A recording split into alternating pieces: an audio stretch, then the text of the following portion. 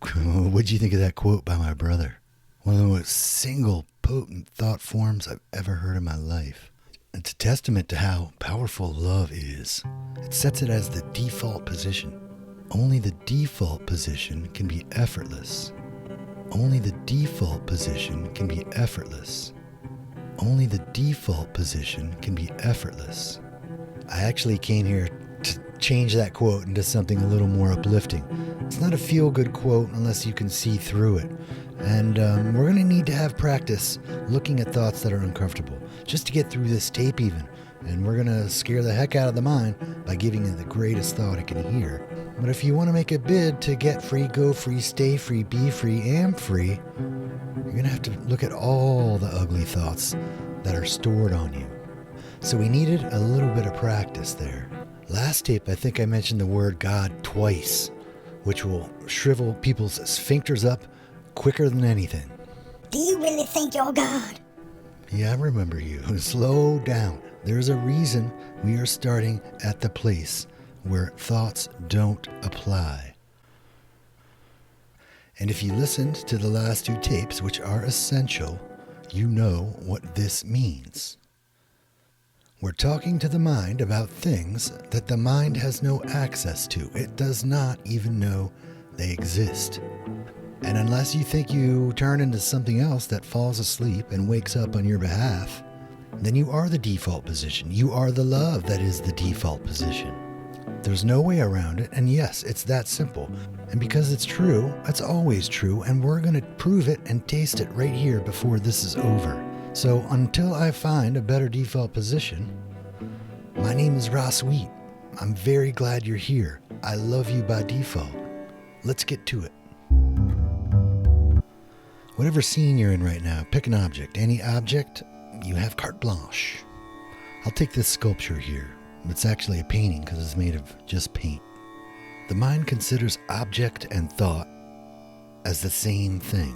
It handles them the same way. If we remove it, we have a stool. Remove the stool, we have the floor. Remove the floor, we have the earth. Remove the earth, we have the cosmos. Remove all the stuff out of the cosmos, and here we are with an empty mind. Empty of content, but still on. And the mind will do everything in its power not to let you get here. It is the scariest position the mind can handle. The mind thinks and claims that it is you. And if you turn it off, I'm gonna die. It thinks it's the beginning. It doesn't know that anything comes before it. But we know that's not true because we fall asleep. The mind is deathly afraid of being turned off, but we love when it's turned off. We love falling asleep. It's the most healing, the most peaceful. The mind doesn't know deep sleep exists. But it does have the proof. What is the proof of non-existence? Yeah, clocks. Without a clock, we would never know that we ever fell asleep. Even the caveman who didn't have a Rolex or a concept of time even would be able to wake up and notice that they disappeared for a while. Because the moon was up when they fell asleep and the sun was up when they woke up. Some stuff moved. This thing that we threw away a minute ago is a clock. Existence shaped itself into one giant clock so its non-existent nature would be known. This whole place is self-revealing self to itself, as itself. It's incredible. Existence is the mechanism with which non-existence is known. It's a stunning piece of intelligence. We don't need to talk about it too much because we experience it every night, and our experience is correct. But if the mind's not experiencing it, what is? Boom, boom, boom, boom. There's only one way to find out for sure, and the entirety of existence arranged itself so we would find out. But for some reason, we keep missing it. The answer lies in the experience of waking up. But what we consider waking up normally is the eyes opening and the body there and the world there. That's the mind waking up. But that thing before the mind, how does that wake up?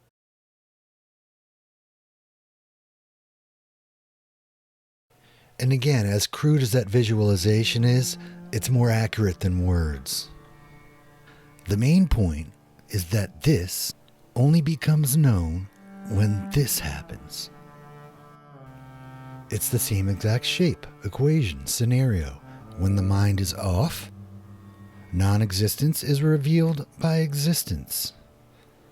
When the mind is on and available, non-existence is still revealed by existence. The beginning of all things uses itself to reveal itself to itself, and it takes three things. What's the third? I don't have a symbol for it. Maybe this? I don't know, that's kind of getting tight all up in these chips. It's generally called consciousness. I don't like that word. I use awareness. I don't have a symbol for it. Regardless, all three are born together. It's the shape, the algorithm, the math from which all things will come from. And because it's true, you can use anything to find it. We can actually just use the word non. Does everyone know what I'm talking about? No. Non. I'm assuming it means not. It's not. It isn't. It doesn't. It's empty until you put something after it. Until the other half of the word shows up, it won't mean anything. Hey, how about non-existence? Now we know what non means. We needed existence to pop up before we figured out what non means. It's one word, they're both known at the same time, and they needed each other to reveal each other. Creation creates itself over and over and over in the same patterns, and this is the original pattern. So simple, so beautiful, and it's everywhere. And it also is very literally nowhere and nothing. And it's your very own experience. Because it is you. Provably. Experientially. You fall asleep into non-existence. You wake up as existence. They both reveal each other. And the combination of those two things, one turns off, one turns on, reveals the witness or the awareness of the turning on and the off of those things. One thing happens. Three things are known. They all are you. And when you own it, you say they all are I. Your mind right now has no idea what we're talking about. If this is registering to you at all, it's not registering in the mind. It doesn't have access. This shit is registering here. If you're still here right now, welcome. That's my sales pitch. I would have imagined 80% of the people would have dropped off by now. Means we got another 19 to go, probably. The drop-off rate is pretty high. The mind hates hearing it. It doesn't even know it happens, so it has to reject it in some capacity, despite the fact that it is the highest piece of intelligence available in all of creation, before creation. That which creation will create itself from, over and over and over in the same patterns, out of itself, as itself. All rejected in the mind like that, as easy as having the thought form, "This is stupid." And we as humans, despite all evidence to the contrary, tend to think that our thoughts are correct just because we have them. Yeah, this is stupid. Next. That's enough to work for most people. But if the mind starts to begin to think that it's threatened, it can go hog wild. And its Hey, only everybody, arsenal golly, is thought. gosh The darn mind it. is thought. It has word Just one thoughts quick and picture swipe thoughts. right away. That's about it. It's But one of the since there's most a body, amazing those videos thoughts I've create seen all feelings, so year. it has access to trying Chef to get you to move away. Don't look Chad at the this. Chad don't look at Chadley this. has invented a way to peel a pineapple True that will feelings. just You're witnessing it blow right now. your You're not listening mind. to me talk if you're engaging in all the other things the And mind directly can after do that, to we have the distract you. heartwarming The tale mind is stronger than the person. primordial It enemies. creates the person. Fido A and person Felix cannot the defeat cat the mind in a battle. make amends and befriend a sad and homeless goat boy named Shifty. The only thing you can do is set it aside. Anyone who's tried to meditate knows the tricks the mind has. It's very hard to do, and usually it doesn't take anything more than a flick in the solar plexus with the feeling of existential dread while surfacing the picture of that stupid thing you said at the Christmas party 3 years ago. What does the mind have to do with art? What doesn't it have to do with art? if it doesn't have anything to do with art, well, we're going to make art have something to do with it. Because art is creation. We're going before creation. I can't think of a better place to start from. Science itself has proven 12 ways from Sunday that everything starts from nothing. I just watched a documentary on the quantums and all their latest findings, which is really above my pay grade. But the very last thing they say is the nothingness in which we come from and the emptiness in which we exist is the something, something, something. They keep proving it formulaically, but it doesn't help bring you here. The mind has to turn inwards. Science is an outward-facing mechanism. But it's just hooking up with spirituality now. So science is about to get really, really, really beautiful. Science is not going to correct spirituality. Spirituality is going to correct science. Right? Proving that time is an illusion intellectually is not that difficult, but actually removing it out of your experience is a totally different thing. The fourth and fifth dimension aren't the addition of time and space, it's the removal of time and space. Formulas and equations are just more thoughts in the mind. Science won't come here, but a scientist can. Lester Levinson was a physicist who became the highest guru you can be. Psychiatry, we mentioned, as a unified science, has come to the conclusion just recently, 2023, that the beginning of everything is consciousness itself, which I would change to the word awareness. It makes more sense to me. AI, too, won't ever come here. And we're AI. All intelligence is AI. Information-based intelligence is AI. Me having a thought and a computer having a thought are the same thing. This is just a computer. The computer is not aware of itself. The brain is not aware of itself. It is not sentient, which is a mistake we teach ourselves. There's only one awareness, and it's not something stuck in a piece of electric fat. Formulas won't do it. Thoughts won't do it, obviously. We should play with this math of existence a little bit, though, because we promised we would. But first, let's remember our actual experience of deep sleep. You ready? Yeah, how was that?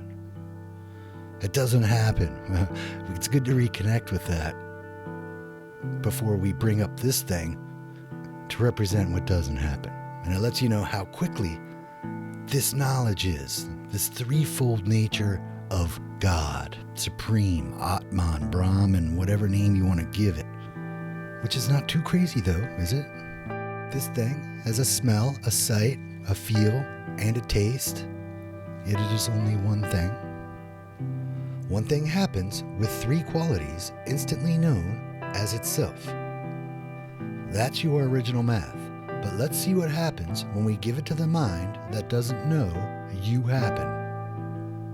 Okay, we already know. Only one thing happens, so God is one. The one thing reveals the two, so God is two. Those two things reveal the third, so God is three. But which one comes first? Well, only one thing happens, so that happens first, of course. But that one thing, the light, comes from the dark, so the dark is first. But you can't be aware of something after it happens, so the awareness must be there prior to watching the light and the dark turn on and off. So, of course, the awareness is first. I don't know, let's do names. Maybe that'll help things out. And by the way, this is not going to make sense. It's not supposed to. This is what happens when you give this to the mind. But let's try some names. I grew up in Christianity. Father, Son, Holy Spirit. So obviously, the light is the Father. It's the only thing that happens, and it reveals the other two. No, scratch that. The light comes from the darkness, so the dark would be the Father from which the light is born, and the awareness would be the Holy Spirit. No, that can't be right. Awareness comes first, so the light would be the Son, and the awareness would be the Father. No, the darkness would be the Son. The Holy Spirit would be the light, and the Father comes first, which reveals the dark. Let's go to the East. They got better names out there. They call the Trinity Sat Chit Ananda. Existence, consciousness, bliss. So much easier. We have existence, we know what that is. We have consciousness, we know what that is. But that word confuses me, so I changed that to awareness, but it's the same thing. That means that which we've been calling nothingness or non-existence is the greatest happiness there is. Bliss. I think we nailed it, baby. Except for this is the Sat, and they define Sat as the enduring and unchanging, but it's not. The Chit is the enduring and unchanging because it watched the other two switch. The Chit is the only thing that doesn't switch. It is the ultimate reality, but they call the Sat the ultimate reality. Maybe, of course, I kind of forgot the most important thing, that these two are the same thing. That which we were calling existence is the awareness of awareness. That brings us back to 2 again. Oh, let's do the math. Numbers don't lie. Nothingness, 0, boom. From nothingness comes oneness, boom. The awareness that watches nothingness turn to oneness is finer than nothing. -0. Existence is the awareness of awareness. They're the same thing. They're both one. Well, you can't have 2 ones, so we can get rid of one of those. We'll add awareness by subtracting and making it an absence. It's the same for both. Actually, I'm doing this real time. I thought it would end up one big jumble. Using math, we kind of boiled this down into a very simple pile of junk. There's a lot of flaws in there. Giving a symbol to that which doesn't exist is ridiculous, and it only gets more ridiculous as you go on. And that's just a sample pack. You can spin it all day long and believe in any one of the thoughts you can have about it. We did a lot better than I expected, though. All that mumbo jumbo for this. It's useless until it's experienced. The mind has absolutely no idea that this even occurs. So it's not a memory. So how am I delivering this to you? Did I make it up? It would be harder for me to imagine a color that doesn't exist than it would be for me to make this story up. Even when you have this experience, and you will, of witnessing the self reveal itself to itself as itself, you can spin it as 0, 1, 2, 3, or even 4 accurately. But without the experience, if you gave this to the mind long enough, it would turn this very simple thing into this, and this, and this, and this, and this.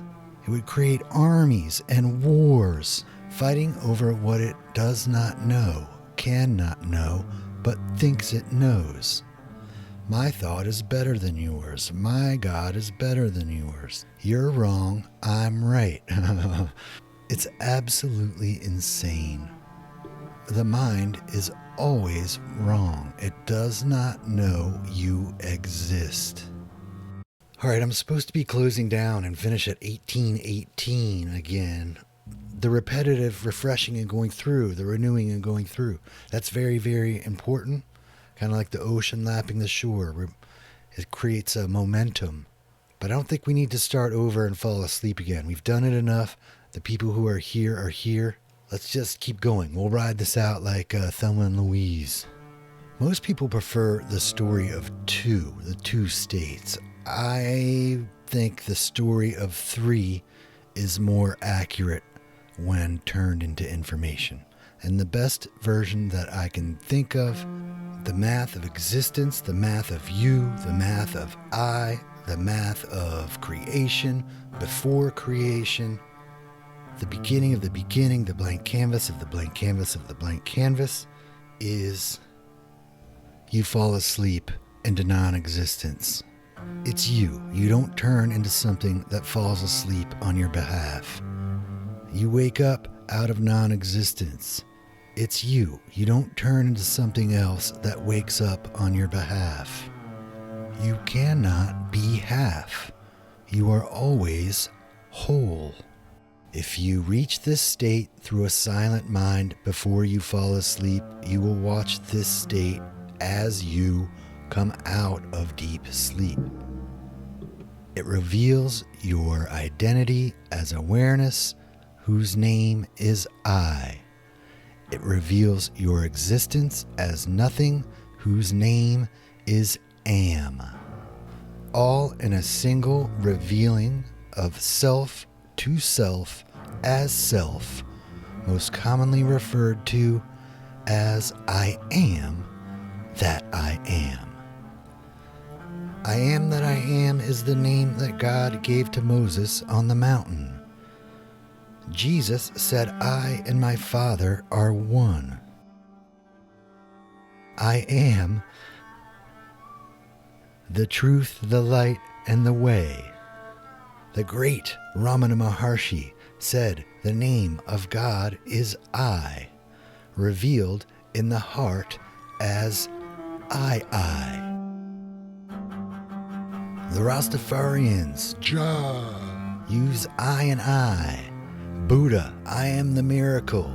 A modern-day guru, Eckhart Tolle, many are familiar with. The ultimate truth of who you are is not I am this or I am that, but I am. The Book of Psalms, be still and know that I am God, is considered as the most direct statement of truth and instruction.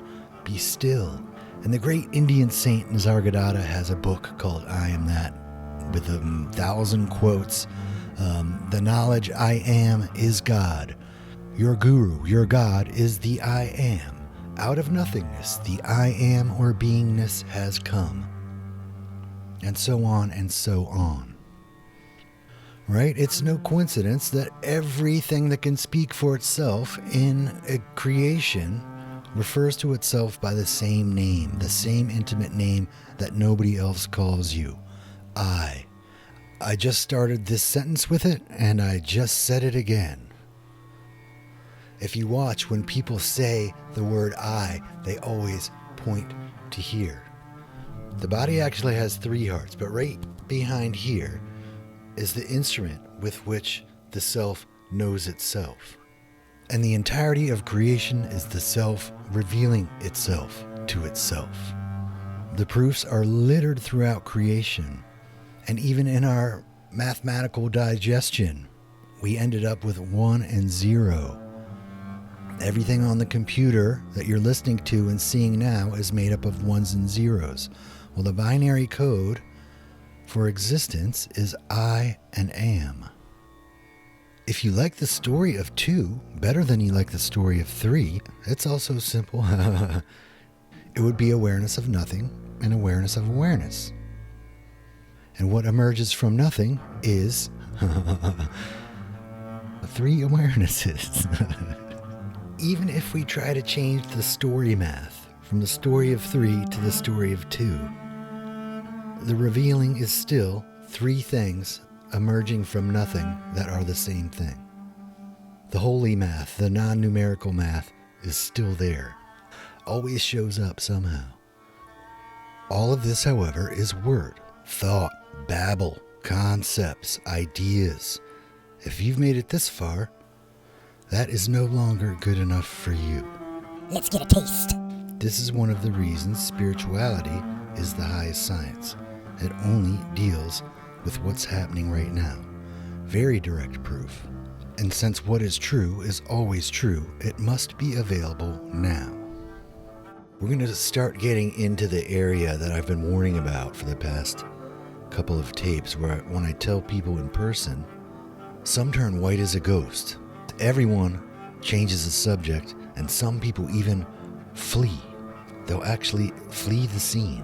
And about 1 in every 12, they'll stop themselves from fleeing and say, I don't know what just happened here, but that scared the shit out of me. That person is usually an artist. So it's good to remember in advance that all of this is provable in your own experience. All we've done is fallen asleep and waken up. We have not even entered the realm where thoughts apply. And the only thing you've been asked to suspend judgment on is the manner in which you wake up out of the state of non-existence, which we're saying is a little different than waking up in the body with the mind. So it's ancient knowledge backed by science, experienced directly by you, but just not understood by the mind. But we can experience what we don't understand. That's one of my most oft-employed wisdoms that I use for myself all the time. I can experience what I don't understand. I can experience what I don't understand. And such is the case here. So let's go to the guru. That's what it's here for. And that's the guru, not me. I'm not qualified and I don't want the job. That's why I made this thing. Your freedom's not in me, so don't try to find it there. Then you get mad at me because it's not there. We're getting rid of the middleman. Don't make me one. I quit. I pre-quit. I'm here to be an artist. A guru is here to be a guru. It's a role. If you met a guru in human form, he would perform 3 functions. 1 is just to exist. to take the absolute presence. And being in the presence of the absolute presence pulls you back in to that presence, which is the second function of the guru.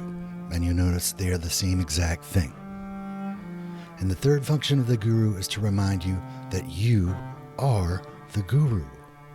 The guru exists to pull you in to the absolute presence as the absolute presence, to remind you that you are the absolute presence. And all three are the same thing? Anyone noticing the patterns? Let's test it out. Let's go to the guru. This is what it's here for. If you don't have one yet, we can just use mine. I have to say, it is just paint, but it is a magnificent black, the blackest black pigment on the planet. But I like the matte quality of it even better. It sucks you right in.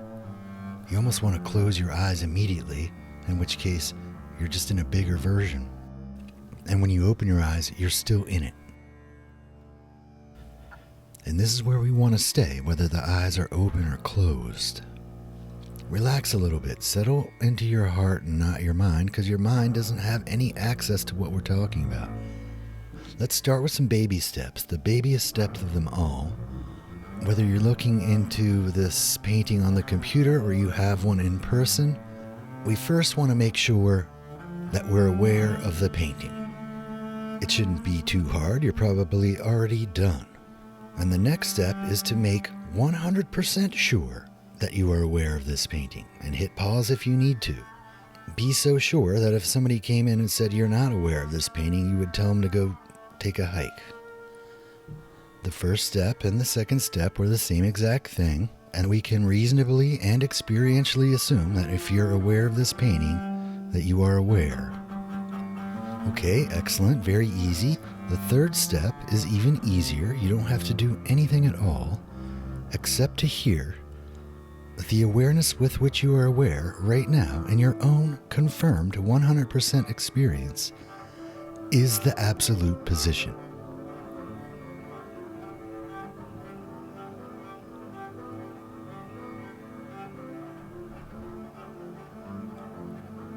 Do not flee.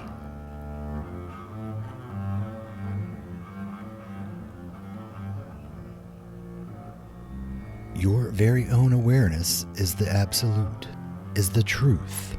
It is always true, and the only thing that can be considered the truth by the definition of the truth. The truth of truths is that you are the truth. The truth shall set you free. You are free. You are the truth, confirmed by you, 100%. Experiencing it and from it as it right now. Are you aware? Do not flee. There are not two awarenesses, neither in existence nor non-existence. There is not two nothings, and awareness is finer than nothing. Do not flee. If anything, dance around. What, did you want it to be hard? Inaccessible? Somewhere else? Someplace else? Something else? Sometime else? Complex over there? Unavailable to you? That would be the exact opposite of anything holy and good and true. It's not something to be believed. Do not believe me. We're removing all thoughts, not starting entire new belief systems. I think I want to end there. The truth is on the table, and now we can deal with it. All the questions and conundrums and paradoxes we can start taking a look at. We don't need to believe in anything. We have two experienceable things now on the table. One, awareness as you as it, checkable, confirmable, experienceable, provable, knowable at any time, any place, in any form, ever. If you sit and wait for awareness to turn off, for you to turn off, you will wait for an eternity and more. Only what you are aware of changes. Even if it's your own non-existence, you are aware of it. Because it's true, it's always true. Check. The second experience is the mind. We're using it to think, speak, digest, contemplate, awareness, and the mind. Both here now, both experienceable, yet the mind does not know that you exist. You don't have to think, experience. You are aware of the mind is not aware of you. The mind does not know that you are here. So it made up the thought that it is you. It thinks that it's the beginning. That's why this place is so painful, because it's wrong. The mind does not know that you are here. All right, this is too important. Let's go the full double album. 36 minutes, 36 seconds. We're going to get somebody out of 9 billion people. This will spark inside of you and swallow you up in 1 second. If we get you, it'll change your DNA. Let's restart, go back in the guru, and make sure that we are aware of this painting. Am I aware of this painting in any capacity? Yes. So if you are aware of, that means that you are definitively aware. Yes? Okay, next. You know what it's like to have the mind turned off. We've been talking about it for a long time. Because you know that the mind is currently on, is it not? If you are hearing me, you are not in a state of deep sleep. So we have two things that are 100% true. You are aware right now, and the mind is on right now. If you can confirm these two things as 100% true at the same time, the only thing left is to understand that the mind has no clue whatsoever that the awareness is there. The mind, which you have confirmed 100%, is on right now and that you are using right now, has no access to, no registering of, and in no capacity whatsoever knows of the awareness with which you are aware right now. The mind does not know that you are. It does not know that you are aware. It does not know that you are awareness. It knows nothing of awareness at all. But no, you say, that's not my experience. I am speaking of awareness with my mind right now. I'm talking about it, thinking about it, therefore I am aware of it. No. Yes, awareness is here, but the mind is not what's aware. It doesn't have the capacity. It is aware of nothing. The mind is thought and only deals with thought. It is addressing the thought of awareness, an awareness that it does not know exists. This is why they call it realization. There's nothing really to do but to realize it. And except for the example we gave that occurs in the morning, there is no definitive way to realize. It just happens. All you can really do is put the truth on the table and look at it. We just did it twice. Keep repeating. Look deeper. I see in systems somehow. That's why I call everything math and equations. But the system of suffering is built on the mind thinking that it's aware. So by doing what we just did, if you can separate the mind from awareness, the spell is broken. This is the most complex version of it. You see, the math of existence to the mind isn't ambiguous. It's not fixed. It's not a certain thing like math is supposed to be. The goal of the guru is to break the spell of suffering by realizing that you are aware of the mind and the mind is not aware of you. The mind has many functions. Being aware is not one of them. The mind is not aware of anything at all. You are, as I am. The mind turns off. All that we have to prove is that you do not, as I. This is my answer. The questions were, what's the greatest thought I can have? What's the greatest experience I can have? What's the greatest thought possible? And what's the greatest experience possible? What is the purpose of art and an artist? What is the greatest purpose of art and an artist? What's the greatest purpose of a human being? What's the greatest piece of art I can make as a human being? What's the greatest piece of art possible? This is the best I can think of with what I have. And if I died tomorrow, I will know that I've died doing my best. If I get to wake up tomorrow, I hope to find you here, because you're the third part. The first part revealed in this second part to you, the third part. By finding out who we are, the painting is revealed. And whether it looks like this, or this, or this, that's up to you. In the next tape, we'll finally talk about this thing, which is usually people's favorite part, the emotional part, the bigger story and why we're doing it. I hope you come back for it. The Guru is available at the links below. I heal you, you heal me, I'll heal you right back, and we'll keep on going until there's no more need of healing. This is what's happening right here. This is why we're here. Because there's no difference between us. We are the default position. Only the default position can be effortless. Until next time, be effortless and love on.